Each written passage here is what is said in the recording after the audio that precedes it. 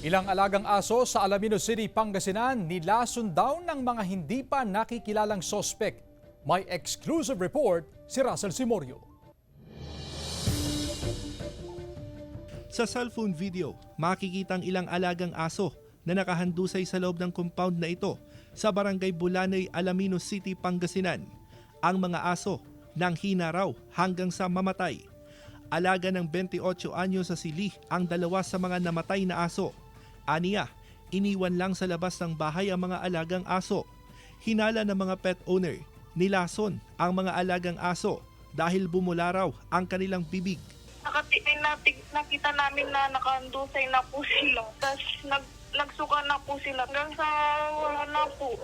Ilang lalaki raw na sakay ng kotse ang nakitang paikot-ikot sa paligid bago nadiskubre ang sitwasyon ng mga alagang aso. Idinaan sa social media ang galit ni Lee dahil sa nangyari sa kanyang mga alagang aso.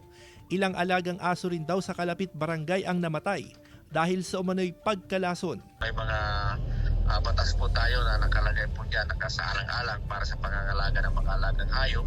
Kung ito'y lalasunin mo ay may kaukulang kaparusahan po. Ipinarating ng GMA Regional TV 1 North Central Luzon ang insidente sa Animal Kingdom Foundation. Mariin nilang kinundina ang insidente.